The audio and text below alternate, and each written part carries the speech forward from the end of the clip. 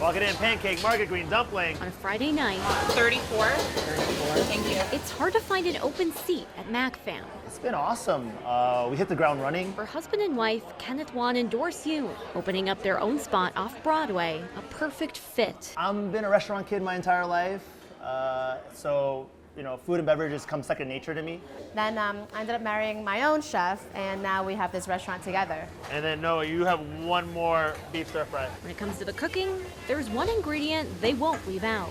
We use it like we would use salt or soy sauce. We sprinkle a little bit to enhance like the meaty umami flavor of our dishes. MSG, or monosodium glutamate. People think like, oh, Chinese food is not good for you, it gives me a headache, gives me like, palpitation, all of these issues, and it's due to MSG, and it's unhealthy, all of these things. But, that's just a myth. You've probably heard the rumors about MSG, but is it actually bad for you? That is a very complicated question. And so the bottom line is actually no. Dr. Bonnie Jortberg with CU Anschutz says MSG is found both naturally and as an additive, and it's in a whole lot more than Chinese food. Almost all of your beef, chicken, most of your shellfish, cheese, and even some vegetables, interestingly. MSG is naturally in those, or I should say glutamate, L-glutamate, which is the type that's amino acid.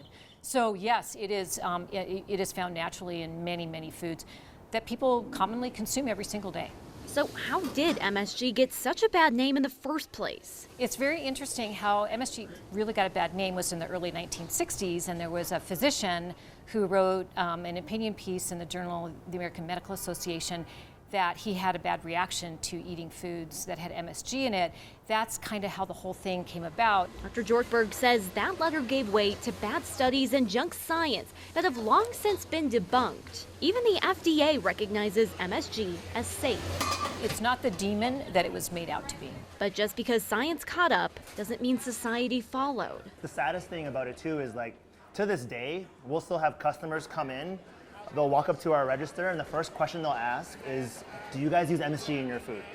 And they're hoping we're going to say no, because that's basically the deal breaker for them. Ken and Doris know. That question goes a lot deeper. I don't think they associate it with it being racist, but it is racist.